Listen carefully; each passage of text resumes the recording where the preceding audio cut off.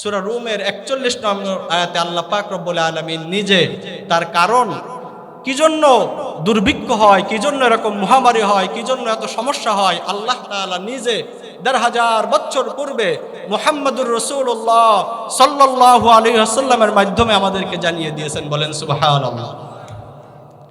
আল্লাহ রাব্বুল আলামিন বলেন, যহারাল ফাসাদু ফিল বাররি ওয়াল বাহরি বিমা কাসাবাত আইদিন নাস।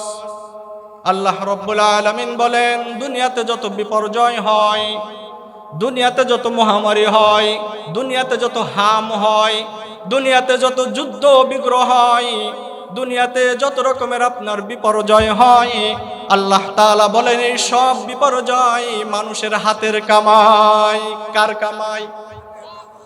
বলেন মানুষের কামাই। কার কামাই? আরেকটু ভালো করে বলি, বলেন আমাদের হাতের কামাই। আমাদের বিপর্যয়, দুর্ঘটনা, যত রকমের মুসিবত আসে, আল্লাহ তাআলা বলছে যহরাল ফাসাদু ফিল বাররি ওয়াল বাহরি বিমা কাসাবাত আইদিন নাস। দুনিয়াতে যত বিপর্যয় হবে, যত সমস্যার সৃষ্টি হবে, আল্লাহ তাআলা বলেন এগুলো আল্লাহ তাআলা নিজের থেকে দেন না, মানুষের কর্মের কারণেই হয়ে থাকে। বলেন ঠিক কি ঠিক না? আচ্ছা, এবার একটা হাদিস মিলান তো, দেখেন তো নবীজির এই কথাটা এই আয়াতের সাথে দেখেন, একটু মিলাবেন, সবাই মিলাবেন, তাহলে বুঝতে পারবেন। তিরমিজি শরীফের 2211 নম্বর হাদিস। বলেন কোন কিতাব? তিরমিজি শরীফ 2211 নম্বর হাদিসে আবু হুরায়রা রাদিয়াল্লাহু তাআলা থেকে হাদিসটি এসেছে। আল্লাহ রাসূল সাল্লাল্লাহু আলাইহি ওয়াসাল্লাম বলেন, দুনিয়াতে কখন বিপদ আসে, কখন মুসিবত আসে, কখন দুনিয়াতে মানুষের উপরে বিপর্যয় নেমে আসে, মহাসংকট দেখা যায়, তেল নাই। ওই যে ঢাকা শহরে দেখছি যারা বাইক চালায়, রাইড শেয়ারিং করে, গাড়ি চালাইয়া জীবন নির্বাহ করে, তারা পাম্পের সামনে ফজরের আগ থেকে লাইন দিয়ে সিরিয়াল দিয়ে মাগরিব পর্যন্ত দাঁড়িয়ে আছে। দেখছেন কি দেখছেন না? কথা বললেন, হয়েছে কি হয় নাই? এই যে তেল সংকট, এটা কি আল্লাহ তাআলা করলো নাকি মানুষ করলো? কথা বলেন না কেন? কারা করলো? মানুষ নিজেরা কৃত্রিম সংকট তৈরি করে, ব্যবসায়িকরা তাদের লাভ পুঁজি বাড়াবার জন্য সাধারণ মানুষের উপরে সেই জুলুম স্টিমার চালিয়ে মানুষকে জিম্মি করে, তারপরে তেলের দাম বৃদ্ধি করে এখন সব জায়গায় তেল পাওয়া যায়। ঠিক কি ঠিক না? আসার সময় মাওলানা, আজকের মাহফিলের প্রধান অতিথি শাইখুল হাদিস মাওলানা নাসির আহমদ সাহেব হুজুরের সঙ্গে যখন আসলাম, গাড়িতে আপনার পাম্পে তেল নিতে গেছে, কোনো লোকই নাই পাম্পের সামনে, অথচ 1 সপ্তাহ 15 দিন আগের অবস্থা কি ছিল? উল্টা ছিল না? তো এই যে সংকট, এটাকে আল্লাহ দিল না আমরা সৃষ্টি করলাম? আরে ভাই, স্বীকার করেন না কেন? বলেন মানুষ সৃষ্টি করলো, মানুষ সৃষ্টি করছে কৃত্রিম সংকট। বাজারে হঠাৎ করে রমজান মাসে দেখবেন খেজুরের দাম বেড়ে গেছে। কারা বাড়ায়? কথা বলে না। যহরাল ফাসাদু ফিল বাররি ওয়াল বাহরি বিমা কাসাবাত আইদিন নাস। দুনিয়াতে যত বিপর্যয় হয়, যত সংকট হয়, যত মহামারী হয়, সব মানুষের হাতের কামাই, মানুষের নিজের কর্মের ফল। ঠিক কি ঠিক না? তিরমিজি শরীফের হাদিসটি মনে রাখেন, রাসূলুল্লাহ সাল্লাল্লাহু আলাইহি ওয়াসাল্লাম বলছে, যখন 15টা আলামত দুনিয়াতে ঘটবে, তখন মনে করবা একটার পর একটা বিপদ আসমান থেকে আসতেই থাকবে, আসতেই থাকবে, আসতেই থাকবে। এই হাদিসে 15টা কথা রাসূলুল্লাহ সাল্লাল্লাহু আলাইহি ওয়াসাল্লাম বলেছেন। সময় তো নাই, যতদূর বলা যায় আমি 5-10 মিনিট বলি ইনশাআল্লাহ। খেয়াল করেন, প্রথম রাসূলুল্লাহ সাল্লাল্লাহু আলাইহি ওয়াসাল্লাম বলছে, قال النبي صلى الله عليه وسلم إذا اتخذ الفيء بولا। নবীজি বলেন, আমার উম্মতের ভিতরে এমন একটা সময় আসবে, যে সময়ে মানুষেরা গনিমতের মালকে নিজের মাল মনে করবে। গনিমতের মালকে নিজের মাল যখন মনে করবে, রাসূলুল্লাহ সাল্লাল্লাহু আলাইহি ওয়াসাল্লাম বলছে, তখন কিয়ামত অনেক নিকটে চলে আসবে, বিপদ একটার পর একটা আসবে। এখন দেখেন তো গনিমত কি? কোনো জায়গায় যদি যুদ্ধ হয়, যুদ্ধর পরে যদি মুসলমানেরা জয়লাভ করে, যেই সম্পদ কাফেররা ফেলে যায়, এটা মুসলমানদের হক, কিন্তু মুসলমানরা যারা যে পাইবে সে নিবে, এরকম হবে না। রাষ্ট্রীয় ক্ষমতায় যে থাকবে সে এটাকে সংরক্ষণ করবে। আজ থেকে 2 বছর পূর্বের কথা, শেখ হাসিনা পালানোর পরে আমি যে নারায়ণগঞ্জে থাকি, আপনারা চিনবেন, গাজী নামে একটা ফ্যাক্টরি আছে না? গাজী, কথা বলে না? গাজী পাম্প, গাজী আপনার পাইপ, গাজী অনেক কিছু আছে না? আমার মুসাল্লিরা মসজিদের সামনে দিয়ে দেখি ওই যে অটোর উপরে আপনার ওই বড় বড় পাইপ বাইদে বাইদে নিয়ে যায়। তো জিজ্ঞেস করলাম কইতে আনছে, কয় গাজী পালাইছে, গাজীর ফ্যাক্টরির সব মাল ওই এলাকার মানুষ লুটে ফুটে নিয়ে গেছে। কয় সুবহানাল্লাহ। কি বুঝে সুবহানাল্লাহ বললেন? এই যে আরেকজনের মাল আত্মসাৎ করা, এটা কিয়ামতের একটা আলামত। হচ্ছে কি হচ্ছে না? কথা বলে না, হচ্ছে কি হচ্ছে না?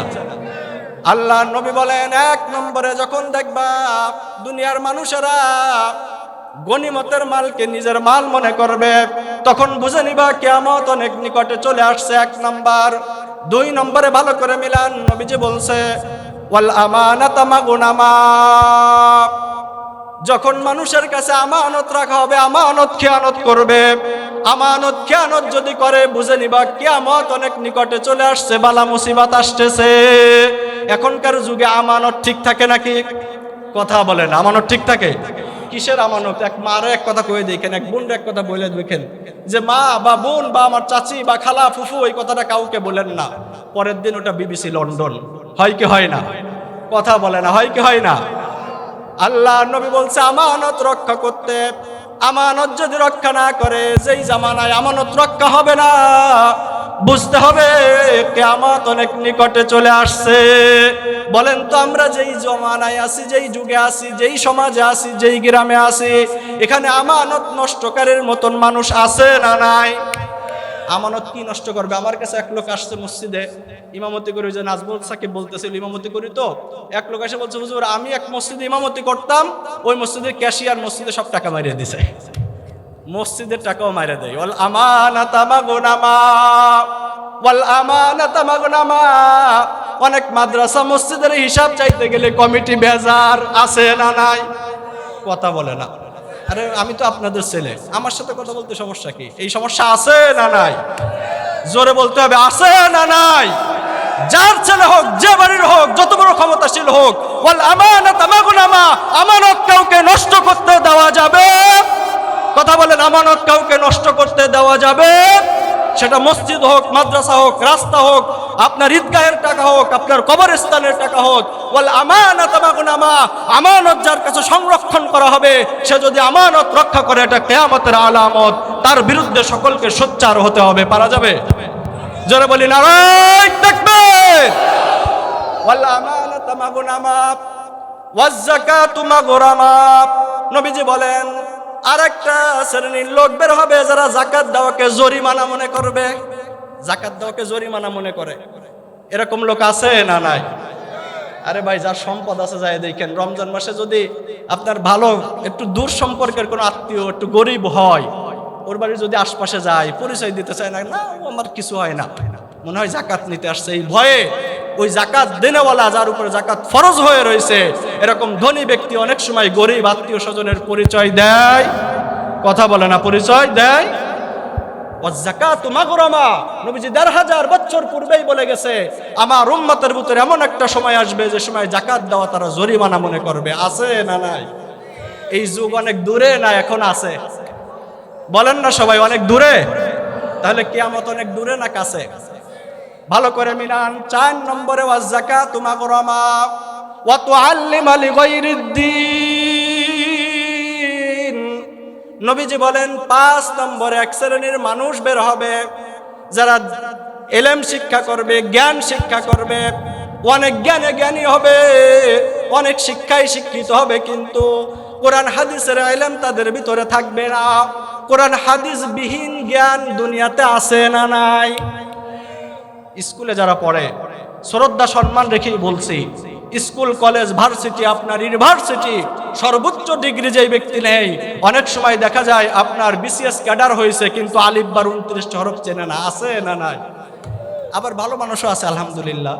আমাদের অনেক জায়গায় দেখা যায় ভালো ভালো জেনারেল শিক্ষিত মানুষও কোরআন ভালো পড়তে পারে, সহি শুদ্ধ পড়তে পারে আলহামদুলিল্লাহ। কিন্তু আবার এক দল আছে, যে যাদের ভিতরে জ্ঞানের অভাব নাই, জ্ঞান বিজ্ঞানে তারা অনেক আগিয়ে, কিন্তু অনেক সময় নাস্তিক মুরতাদ হয়ে যায়। বলেন আছে না নাই? আল্লাহ নবী বলছে, যখন দেখবা ইলম শিখবে, জ্ঞান অর্জন করবে, কিন্তু ধর্মহীন জ্ঞান, যেই জ্ঞানের ভিতরে আল্লাহ নাই, যেই জ্ঞানের ভিতরে রাসূল নাই। অথচ আল্লাহ তাআলা সূরা রহমান ২৭ নম্বর পারার ১০ নম্বর পৃষ্ঠা আল্লাহ তাআলা বলেন, আর রহমান আল্লামাল কুরআন খলাকাল ইনসান। আল্লাহ বলেন আমি রহমান, আল্লামাল কোরআন শিক্ষা দিয়েছি কোরআন, খলাকাল ইনসান আমি সৃষ্টি করেছি মানুষ। বলেন সুবহানাল্লাহ।